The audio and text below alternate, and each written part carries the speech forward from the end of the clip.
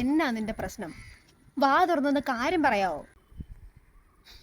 ഉള്ള കാര്യം ഞാൻ മുഖത്ത് നോക്കി പറയാമല്ലോ. എനിക്കിപ്പോൾ ഈ കല്യാണം കഴിക്കാൻ ഒരു താല്പര്യമില്ല. ഇത്ര നാളും കുഴപ്പമില്ലായിരുന്നല്ലോ, ഇപ്പൊ നിനക്ക് എന്നാ പറ്റിയേ? എടി അതൊന്നും പറയാൻ നിനക്ക് മനസ്സിലാവത്തില്ല. അത് നീ പറഞ്ഞാലല്ലേ എനിക്ക് മനസ്സിലാവുള്ളൂ.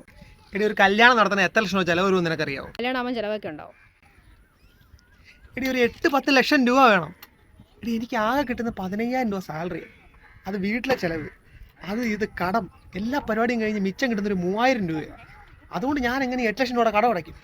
ഓഹോ, നിനക്ക് ആഴ്ചയിൽ നിന്റെ കൂട്ടുകാരോട് ട്രിപ്പ് പോകാൻ കാശുണ്ട്, നിനക്ക് ചുമ്മാ കള്ള് കുടിച്ച് കളയാനും കാശുണ്ട്, പിന്നെ സിഗരറ്റ് വലിച്ചു കളയുന്നതിന് കയ്യും കണക്കുമില്ല. എന്നെ കല്യാണം കഴിക്കാൻ മാത്രം നിനക്ക് കാശില്ല അല്ലേ? എടി ഞാൻ അതിൻ്റെ ഒരു മനസ്സമാധാനം കൊണ്ട് ചെയ്യുന്നതല്ലേ. ഓഹോ, ഞാൻ നിനക്ക് മനസ്സമാധാനം തരുന്നില്ലേ? ഇതാ ഞാൻ പറയുന്നത്. ഞാൻ പറയുന്ന ഒരു കാര്യം അതിൻ്റെ സെൻസ് എടുക്കാനുള്ള ഒരു കഴിവ് നിനക്കില്ല.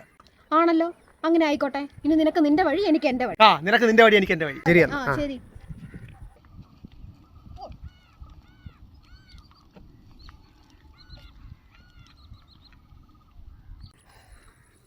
എടി നമ്മളിങ്ങനെ വഴക്കുണ്ടാക്കി സമയം കളഞ്ഞിട്ടൊരു കാര്യമില്ല. ഞാൻ ഒരു സൊല്യൂഷൻ പറയട്ടെ. നീ നിന്റെ സാലറിയിൽ നിന്ന് ഒരു 6,000 രൂപ ലോൺ അടയ്ക്ക്, ഞാൻ 2,000 രൂപ ലോൺ അടയ്ക്കാം. അയ്യടാ, 4,000 നീ, 4,000 ഞാൻ.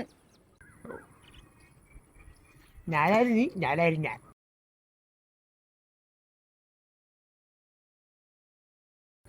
എന്തായാലും വഴക്ക് കഴിഞ്ഞില്ലേ, അവിടെ ചായ കുടിക്കാം. കാശ് നീ കൊടുക്കണം. കാശ് നീ കൊടുക്കണം. നീ കൊടുക്കണം. നീ കൊടുക്കണം.